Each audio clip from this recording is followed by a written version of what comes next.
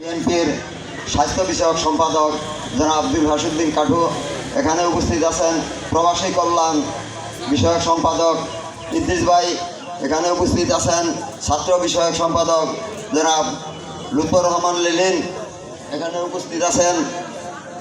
পৌর বিএনপি সাংগঠনিক সম্পাদক জনাব মুজাহিদ ইসলাম তালুকদার এখানে উপস্থিত আছেন। কালিহাতি পৌর বিএনপি সিনিয়র সহসভাপতি জনাব হারুন মেম্বার, আরও অনেক নেতৃবৃন্দ এবং অত্র এলাকার মুরব্বিয়ান মা ও বোনেরা, সবাইকে আন্তরিক শুভেচ্ছা ও অভিনন্দন। আপনারা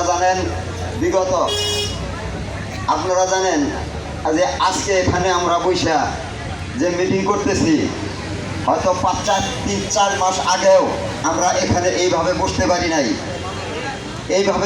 পারি নাই বা 2-4 জন বৈশা যে আলোচনা করবো, কথা বলবো, সেই বাক স্বাধীনতা আমাদের ছিল না। আপনারা জানেন বিগত 16 বছর এই স্বৈর শাসক আমাদের উপর কী পরিমাণ নির্যাতিত করেছে, কত গুম খুন হত্যা মামলা আমাদের বিরুদ্ধে করেছে। তারপরেও আমাদেরকে দমে রাখতে পারে নাই। আমরা আমাদের রাজনীতি চালিয়ে গেছি।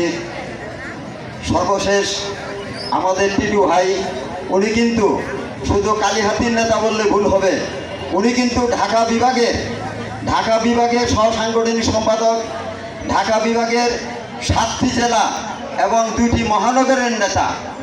উনি শুধু কালিহাতির নেতা নয়। কাজে আগামীতে টিটু ভাই যাতে এই কালিহাতিতে এমপি হিসাবে ধানের শীষ মার্কায় আমরা তাকে দেখতে চাই, এই আশাবাদ ব্যক্ত করে সবাইকে আন্তরিক শুভেচ্ছা অভিনন্দন জানিয়ে আমি আমার বক্তব্য এখানে শেষ করছি। আসসালামু আলাইকুম।